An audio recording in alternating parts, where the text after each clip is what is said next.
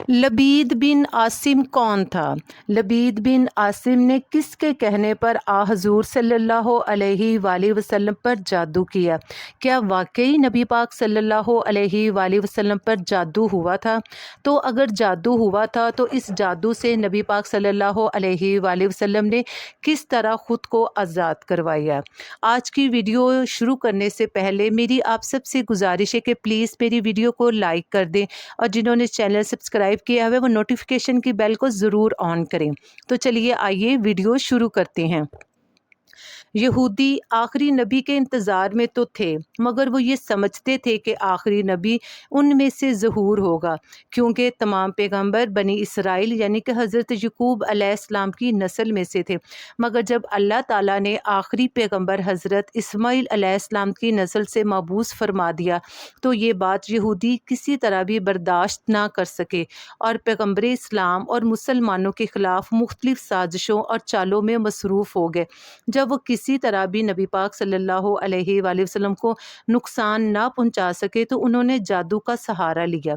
इस काम के लिए उन्होंने मक्का के एक जादूगर लबीद बिन आसम से रब्ता किया, जबकि दूसरी रिवायतों के मुताबिक लबीद बिन आसम के मुकाबले में उसकी बहनें ज़्यादा जादू में माहिर थीं और उसकी बहनों ने हज़रत आयशा के पास आना जाना शुरू कर दिया और किसी न किसी तरीके से वो नबी पाक सल्लल्लाहु अलैहि वसल्लम के बाल और कंघी हासिल करने में कामयाब हो गई। जबकि एक दूसरी रिवायत के मुताबिक लबीद बिन आसम ने खुद नबी पाक सल्लल्लाहु अलैहि वसल्लम के पास आना जाना शुरू कर दिया और आप सल्लल्लाहु अलैहि वसल्लम की कंघी और बाल हासिल करने में कामयाब हो गया। लबीद बिन आसम ने नबी पाक सल्लल्लाहु अलैहि वसल्लम पर जो जादू किया, उसने उसकी कीमत सिर्फ 3 धर्म लिए। लबीद ने नबी पाक सल्लल्लाहु अलैहि वसल्लम के बालों पर कई गिरहें लगाईं, इन पर फूंक मार दी और इसे नर खजूर के शगुफे में रखकर एक कुएं के अंदर पत्थर पे रखकर उसे दबा दिया। उम्मुल मोमिनीन हज़रत आयशा से रिवायत है कि एक आदमी लबीद बिन आसम ने नबी पाक सल्लल्लाहु अलैहि वसल्लम पर जादू कर दिया। ये जादू नबी पाक सल्लल्लाहु अलैहि वसल्लम पर इस तरह असरअंदाज हुआ कि आप भूल चूक का शिकार होने लगे। आप किसी काम के मुतल्लिक ख्याल फरमाते कि मैंने कर लिया है, जबकि आपने वो काम नहीं किया होता था। आपको यूँ महसूस होता कि आप अपनी अज़वाजे मतरहात के पास होकर आ गए हैं, जबकि आप नहीं गए होते थे। हज़रत सुफियान बिन अनिया कहते हैं, जब ये हालत हो तो ये सख्त जादू की अलामत होता है। इस जादू की वजह से हज़ूर सल्लल्लाहु अलैहि वसल्लम की बसारत मुतासिर हुई, जबकि कुछ रिवायतों के मुताबिक हज़ूर सल्लल्लाहु अलैहि वसल्लम बीमार हो गए और फिर आपने अपनी अज़वाजे मतरहात के पास जाना तर्क कर दिया।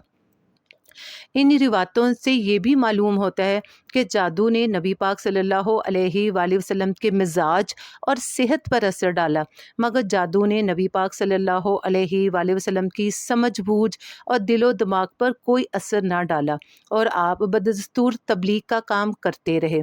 उम्मुल मोमिनीन हज़रत आयशा के मुताबिक नबी पाक सल्लल्लाहु अलैहि वसल्लम ने 6 माह तक जादू की तकलीफ़ बर्दाश्त की। आप दिन बदन कमज़ोर होते चले गए, मगर तकलीफ़ और बीमारी किसी को समझ ना आती थी। तमाम सहाबा कराम नबी पाक सल्लल्लाहु अलैहि वसल्लम की तरफ देखते और परेशानी का शिकार होते और आपस में एक दूसरे से पूछते रहते कि आखिर हजूर को क्या होता जा रहा है, मगर किसी के पास इसका कोई जवाब ही ना था, क्योंकि उस ज़माने में जादू इतना आम भी नहीं था। आखिरकार नबी पाक सल्लल्लाहु अलैहि वसल्लम ने अल्लाह ताला से अपनी तंदुरुस्ती के लिए खूब दुआएं की।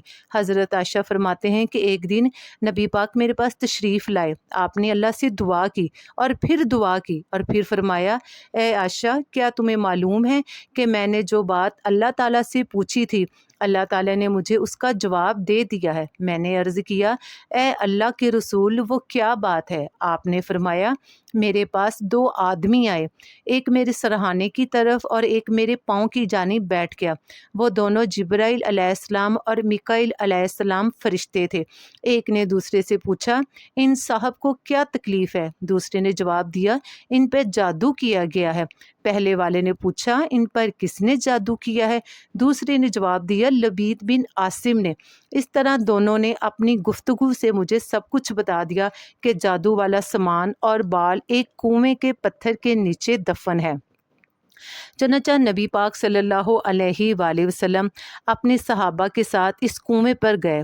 ایک صحابی کنویں میں اترے اور پتھر ہٹا کر وہ کھجور کی تھیلی برآمد کر لی۔ جب تھیلی کھولی گئی تو اس میں سے نبی پاک صلی اللہ علیہ وآلہ وسلم کے بال، کنگھی اور حضور صلی اللہ علیہ وآلہ وسلم کے چہرے مبارک کا عکس تھا جو مومی کاغذ پر بنا کر اس میں سوئیاں چبو دی گئی تھی۔ چنانچہ جب آپ صلی اللہ علیہ وآلہ وسلم نے سوئیاں نکالنے کا ارادہ فرمایا تو حضرت جبرائیل علیہ السلام وحی لے کر حاضر ہوئے اور آپ سے عرض کیا کہ آپ سورۃ ناس اور سورۃ فلق ان صورتوں کو پڑھتے جائیے اور سوئیاں نکالتے جائیے۔ نبی پاک صلی اللہ علیہ وآلہ وسلم نے ایسے ہی کیا اور ہر سوئی پر آپ صلی اللہ علیہ وآلہ وسلم نے بہت زیادہ تکلیف محسوس کی، مگر جیسے ہی ساری سوئیاں نکل گئی آپ پھر سے حشاش بشاش ہو گئے۔ صحابہ کرام کو جب اس حرکت کا معلوم ہوا وہ نبی پاک صلی اللہ علیہ وآلہ وسلم کی خدمت میں حاضر ہوئے اور آپ سے لبید بن عاصم کو قتل کرنے کی اجازت مانگی، مگر حضور صلی اللہ علیہ وآلہ وسلم نے فرمایا اللہ نے اس کے لیے آخرت میں بڑا عذاب تیار کر رکھا ہے۔ لبید بن عاصم اس کے بعد جب بھی خدمت اقدس میں حاضر ہوا نبی پاک صلی اللہ علیہ وآلہ وسلم نے خندہ پیشانی سے بات کی، کبھی اسے جتایا نہیں کہ وہ اس کی اس حرکت سے باخبر ہے۔ نبی پاک صلی اللہ علیہ وآلہ وسلم کے نقش قدم پر اللہ تعالی ہمیں چلنے کی توفیق عطا فرمائے اور ہمیں بھی درگزر کرنے کی توفیق عطا فرمائے۔ پلیز چینل کو اور ویڈیو کو ضرور لائک کر دیجیے گا۔ ملتے ہیں کل۔